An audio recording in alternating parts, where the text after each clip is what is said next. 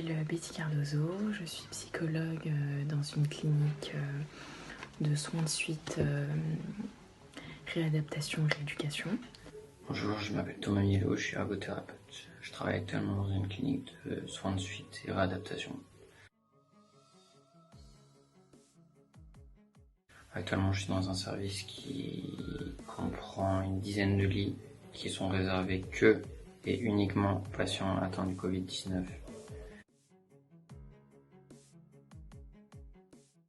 Normalement, mes missions sont de soutenir le patient, les soignants, éventuellement les familles. Il y a clairement un glissement de tâches avec des toilettes, le fait de désinfecter les chambres.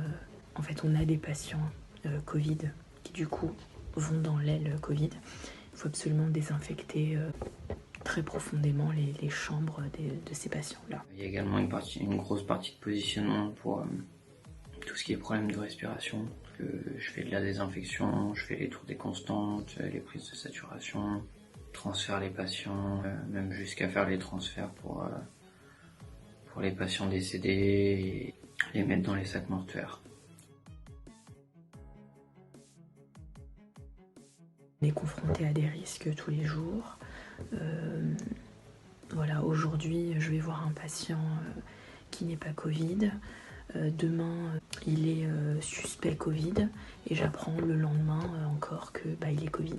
On a des masques chirurgicaux 2 par jour, donc c'est-à-dire on change toutes les 4 heures, on va dire. Mais pour les patients qui sont suspects Covid, on n'a pas de bec canard. Donc en fait, on protège le patient, mais on n'est pas protégé. Pour les patients, on est très près d'eux, on est proche toute la journée. Voilà, le risque zéro, c'est qu'il n'existe pas et on y est confronté tous les jours, même si on a des équipements, on ne sait jamais, ça peut se glisser entre le verre de notre lunette, dans notre barbe, dans les cheveux s'il y en a un qui dépasse.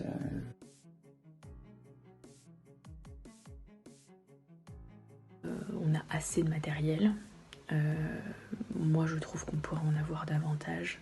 Comme je vous disais, pour les suspects Covid, on devrait avoir des becs canards.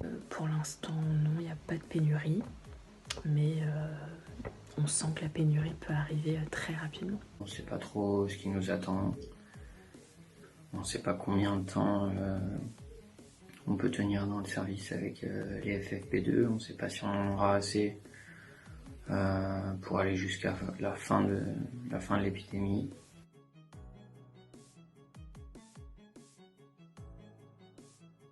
Non, pas de prime, pas d'augmentation de salaire. Certains de mes collègues vont avoir des heures sup, mais voilà.